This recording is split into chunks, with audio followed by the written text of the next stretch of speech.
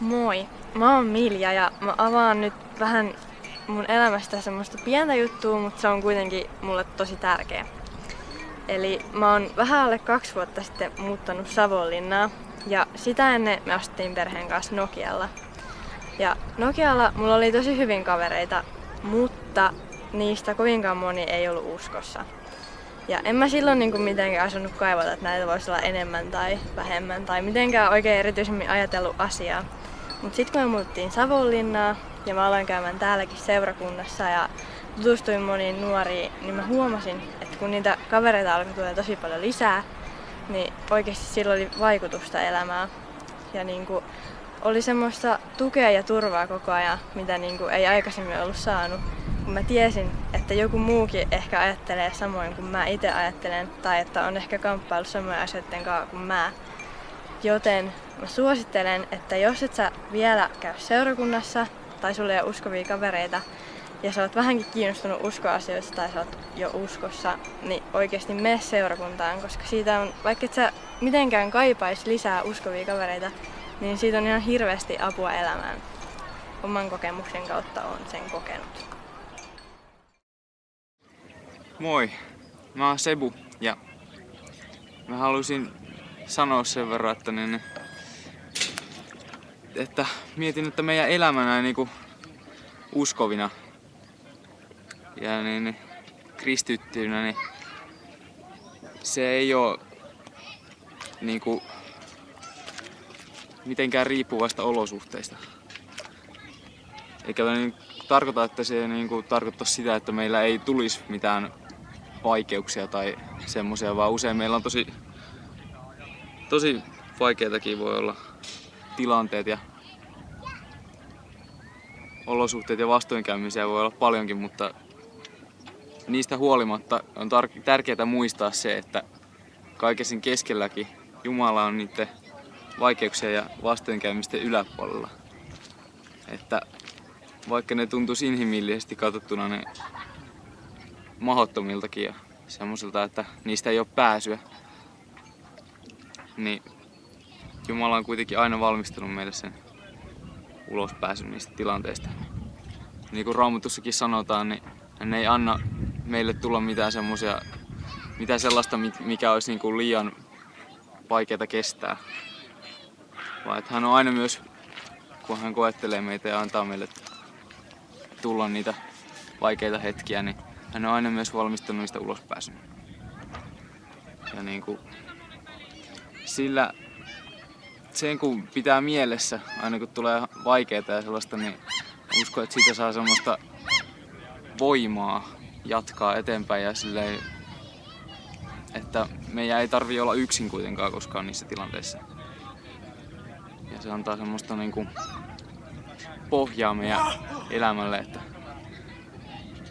että sekin, että se kaikki tavallaan voima, mitä meidän pitäisi saada niihin tilanteisiin, niin meidän ei tarvii repiä sitä jostain, mitä meillä ei ole, vaan meissä asuu Pyhä Henki, joka meille myös antaa sitä voimaa ja viisautta niihin tilanteisiin.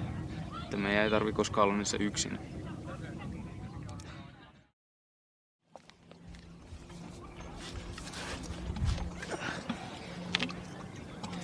Moikka! Mun nimi on Paavo ja mä oon 22-vuotias luokanopettaja-opiskelija Savonlinnasta. Mulle usko Jumalaan merkkaa sitä, että mun ei itse tarvii huolehtia mun asioista niin paljon, vaan mulla on Jumala, joka on mulle semmonen turva, jonka kanssa mä voin elää. Vähän niin kuin urheilutermein voisi sanoa, että Jumala on mulle ikään kuin se viimeinen lukko siellä takana, niin kuin esimerkiksi jääkiekossa puhutaan usein maalivahdeista. Ja musiikkitermein mulla on se rytmiosasto hallussa, mihinkä mä aina voin palata. Ja vaikka mä itse voisin vähän mennä eri reiteille, mutta silti mulla on siellä se biitti taustalla, mihinkä mä voin aina palata. Ja kun asiat on näin, niin mä voin keskittyä siihen, että mä voin olla vapaa, elää Jumalan kanssa. Yes.